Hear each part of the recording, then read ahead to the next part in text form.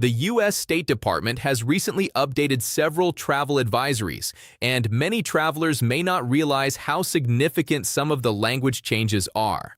While headlines have focused on tariffs, elections, and diplomatic tensions, the government has issued a broader worldwide caution advising U.S. citizens to exercise increased vigilance while traveling abroad.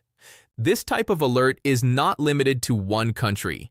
It applies globally and signals heightened concern about potential security risks affecting Americans overseas.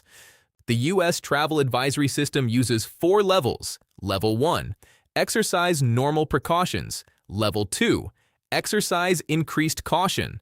Level 3. Reconsider travel. Level 4. Do not travel.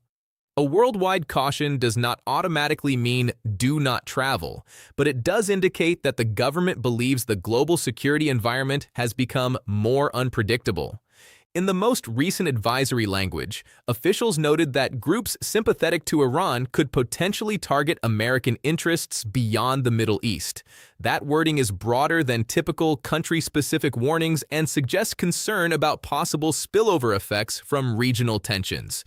At the same time, a popular Caribbean tourist destination received an updated advisory urging increased caution due to violent crime, including armed robbery in certain neighborhoods.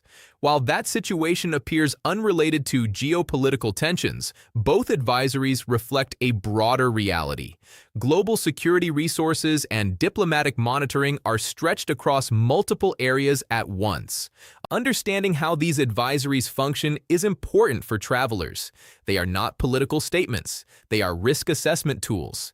When the wording shifts or expands, it reflects updated threat evaluations by security agencies. Parallel to these travel updates, questions have been raised about whether China or Russia are providing material support to Iran amid ongoing regional tensions involving U.S. forces. The United States has already sanctioned certain Chinese companies for allegedly supplying military-related equipment or satellite imagery to Iran.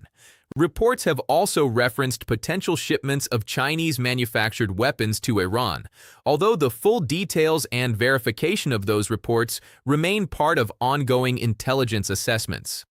When asked publicly about these reports, former President Donald Trump stated that he would be disappointed if China were supplying weapons to Iran and referenced private assurances he said he had received from Chinese leadership. Meanwhile, statements from U.S. defense officials have suggested concern that China and Russia may be indirectly enabling Iran. These differing public statements reflect the complexity of intelligence and diplomacy.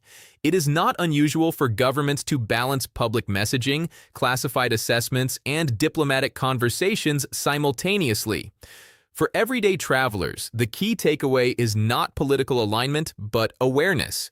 When the State Department issues a worldwide caution or updates country-specific advisories, it is signaling that Americans abroad should remain alert and informed. Practical steps for travelers include checking travel.state.gov before booking international travel, enrolling in the Smart Traveler Enrollment Program. Step: monitoring local security conditions in your destination, ensuring travel documents are current. Staying informed through official sources rather than social media speculation. Travel advisories often shift before broader geopolitical headlines do. They can serve as early indicators of changing security environments. The current situation reflects ongoing geopolitical tensions, diplomatic maneuvering, and security monitoring. Whether regional conflicts remain contained or expand depends on factors that are still unfolding. For now, the most important step for travelers is to stay informed, read advisories carefully, and make decisions based on verified government guidance rather than alarming headlines.